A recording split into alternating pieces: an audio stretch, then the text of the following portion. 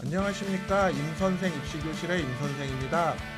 오늘은 원서 접수 및 그 이후에 준비하셔야 될 일에 대해 말씀드리려고 합니다.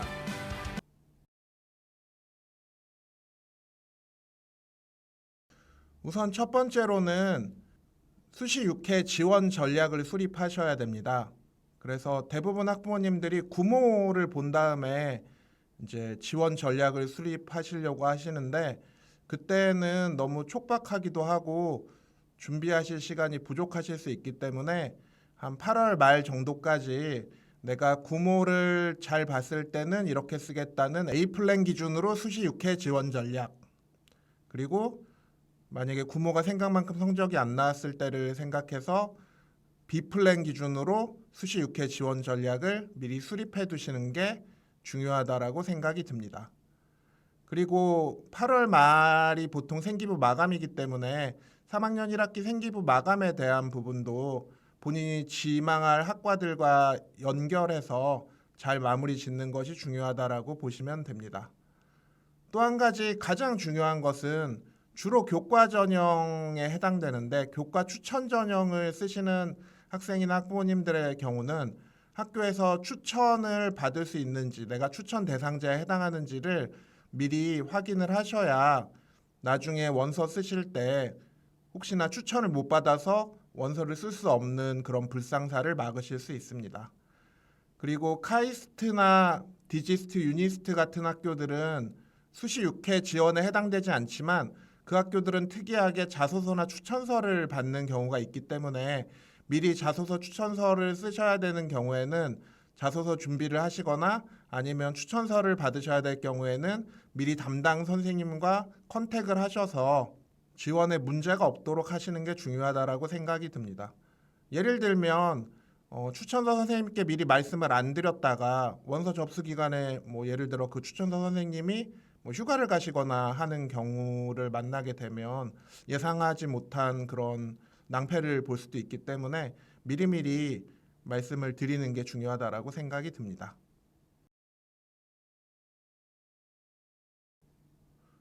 두 번째로는 원서 접수 이후에 이제 신경 쓰셔야 될 부분인데, 사실은 가장 중요한 부분이라고 생각이 듭니다. 두 번째는 뭐냐면 수능 최저에 집중하셔야 된다라는 점입니다. 만약에 지원하시는 전형이 이제 교과나 수능 최저가 있는 학생부 종합 전형의 경우는 수능 최저 충족 여부가 당락을 좌우할 정도로 중요하기 때문에 원서 접수 이후에 수능 최저를 받기 위해 만전을 기하셔야 되는데, 저희들의 예상과 다르게 학생들의 경우는 6월 모의고사 이후 수능 공부를 잘 대비하지 않은 경우가 많습니다. 예를 들면 6월 모의고사 보고 기말고사 보느라 되게 정신이 없었고, 기말고사 끝나자마자 바로 방학이고, 방학 때 수시 지원 전략 세우다 보면 어느새 원서 접수고, 원서 접수하고 경쟁률 선거 개표 방송 보듯이 보다 보면 수능 최저를 대비할 시간이 부족하고, 그게 고3 학생들이 수능 최저에서 실패하는 이유 중에 하나입니다. 그리고 원서 접수 전후로 학생들의 마음이 굉장히 많이 풀어지기 때문에 빨리 마음을 다 잡고 다시 공부 태세로 전환하는 것이 수시 최종 합격에서 가장 중요한 역할을 한다라고 생각이 듭니다.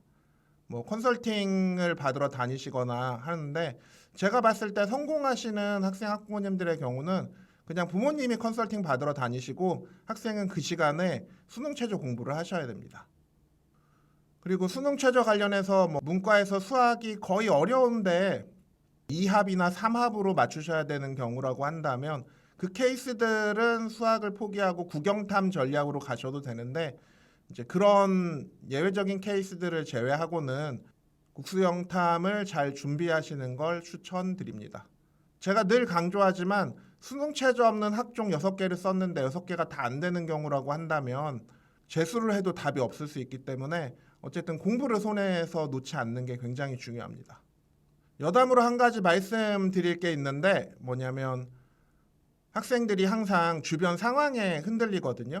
그래서 흔히 얘기하는 정시 파이터라고 불리우는 학생들이 막상 다른 친구들이 수시를 쓰는 모습을 보게 되면 마음이 흔들리거나 괜히 본인을 자책하거나 남들은 다 수시로 가는데 나는 왜 이런 힘든 길을 선택했는가 하고 고민하는 경우가 있는데, 이미 그 선택을 한 건 자신이고, 만약에 내가 수시를 쓸 게 없다라고 한다면 수시원서 안 쓰고 그냥 정시로 올인하시는 것도 성공하실 수 있는 방법이기 때문에, 그런 학생들일수록 마음을 굳세게 먹으셔야 되고 주변 친구들과의 교류를 줄이시고 본인이 하시는 일에 집중하셔야 된다라고 생각이 듭니다. 자, 세 번째로는 3학년 2학기 내신이 있습니다. 3학년 2학기 내신의 경우는 가끔 반수를 하게 되거나 나중에 정시로 본인이 원하는 수준의 대학을 못 가게 되어서 수시를 다시 쓰게 되는 경우도 발생할 수 있기 때문에 3학년 2학기 내신에 꼭 최선을 다하시기를 추천드린다기보다는 3학년 2학기 내신을 포기하지 않는 게 중요하다라고 말씀드리고 싶습니다. 제가 여기서 말씀드리고 싶은 건 3학년 2학기에도 내신 공부를 열심히 해라 이 뜻이 아니라, 3학년 2학기 때 OMR 답안지에다 하트를 그린다든지 별 모양을 그린다든지 해서 내 인생의 내신은 3학년 1학기가 마지막이다라고 생각하시는 건 인생이 항상 예측한 대로만 흘러가지 않기 때문에 조금 위험하실 수 있다라는 점을 말씀드리고 싶습니다.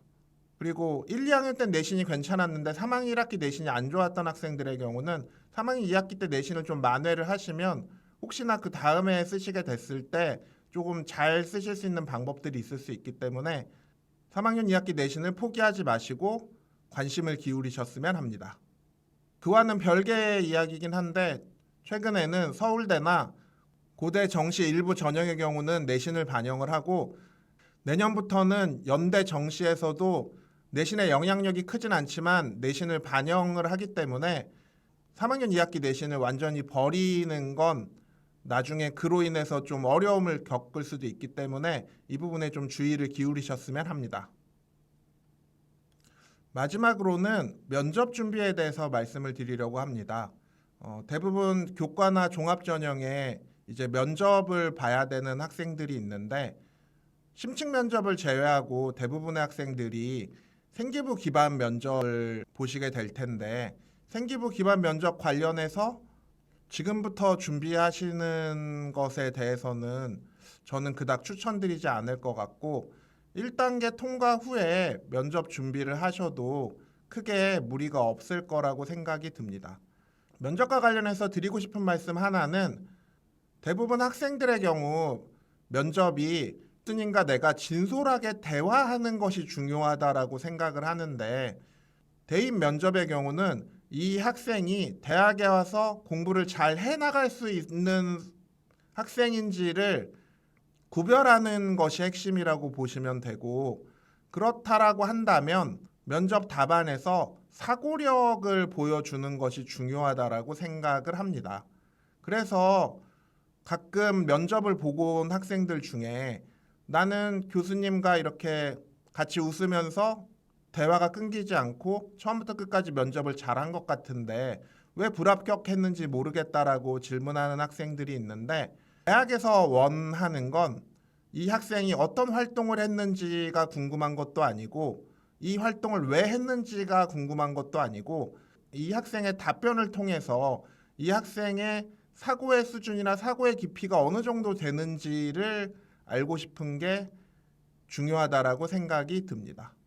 그러면 사고력 있는 답변이 어떤 건지에 대해서는 제가 댓글창에 좀 사례를 남겨놓도록 하겠습니다. 따라서 면접 준비를 지금부터 막 면접 준비를 열심히 하시기보다는 앞에서 말씀드린 것처럼 수능 최저를 열심히 대비를 하시고, 면접 2, 3일 전에 사고력 있는 예상 답안을 만든 후에 그걸 집중적으로 연습하신다라고 하시면 충분히 면접으로 합격하실 수 있을 거라고 생각합니다.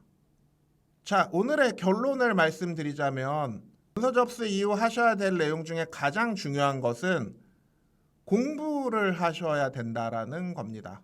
대부분의 학생들은 내가 펑크난 학과를 들어가거나 좀 공부를 하지 않고 좋은 입시 결과를 얻기를 원하시지만, 노력 없이 얻게 된 행운의 경우는 오히려 약간 불운으로 작용할 수도 있습니다.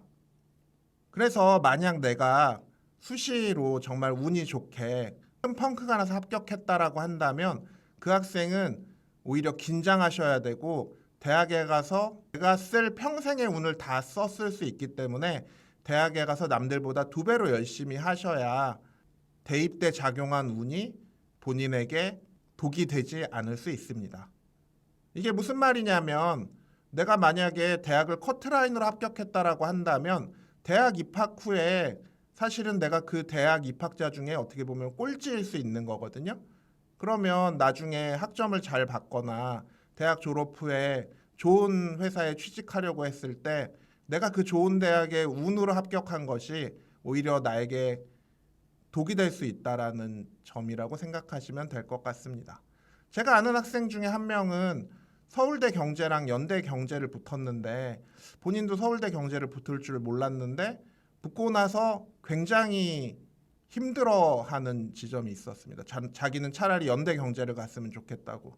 왜냐하면 내 실력보다 더 좋은 데에 가게 돼서 그 친구들과의 경쟁에서 내가 잘 이겨낼 수 있을지 모르겠다라고 걱정했던 학생이 있고 반대의 케이스도 있습니다.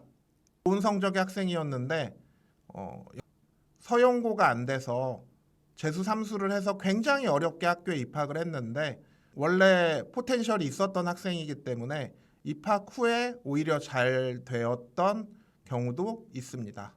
제가 아는 케이스 중에 본인은 정말 운이 없다. 다른 친구들은 다 운 좋게 뭐 좋은 대학에 가거나 운 좋게 뭐 좋은 경험들을 했다라고 한다면 자기는 20살까지 모든 일에 있어서 그 운이 없었던 학생이 있습니다. 예를 들면 내신 기준으로 말씀드리자면 다른 학생들은 항상 1등급 커트라인에 걸리는데 자기는 늘 2등급 문을 열고 들어가는 것 같은 사례를 들 수 있는데 자기는 정말 열심히 노력했는데 운이 따르지 않던 학생이 대학에 들어가서는 굉장히 잘 된 경우들이 많고 결국은 어떤 성공 여부를 결정하는 건 무언가를 이뤄내기 위해 성실하게 노력하는 태도라고 볼 수 있기 때문에 만약 올해 대학을 못 간다고 하더라도 그 태도를 잃지 않는다라고 한다면 그 학생에게는 그 이상의 성과가 돌아올 수 있을 거라고 생각이 듭니다. 오늘은 좀 마무리가 애매했는데요. 제가 드리고 싶은 말씀은 좋은 대학에 가는 것도 중요하고 그리고 펑크나는 학과를 찾아서 대학에 가는 것도 하나의 좋은 기회가 될 수 있지만 그러한 것을 얻지 못하고 조금 돌아가는 상황이 된다고 하더라도 노력하는 태도를 잃지 않는다라고 한다면 긴 안목에서 봤을 때는 오히려 더 성공적인 인생을 살 수 있다라는 점을 말씀드리고자 합니다. 그래서 너무 일희일비하지 마시고 원서 접수 이후에 흔들리지 않고 최선을 다하시기를 바랍니다. 임선생 입시교실 21회 시청해주셔서 감사드리고요. 8월 25일 일요일 저녁 8시 서영고 서성안이 중경회시 9시 건동홍수 국숭세단 인아 부경전강 폭발펑크 예측 유튜브 라이브 방송을 진행할 예정이니 많이 시청해 주시기 바랍니다. 최근에 유튜브 댓글이나 카페에 댓글들이 많이 늘고 있고 최대한 성심성의껏 답변을 드리고 있는데 물리적인 한계로 인해서 아마 8월 말 정도까지는 답변을 드릴 수 있을 것 같고 9월부터는 답변이 어려울 수 있으니 그 점 미리 양해 부탁드립니다. 시청해 주셔서 감사합니다.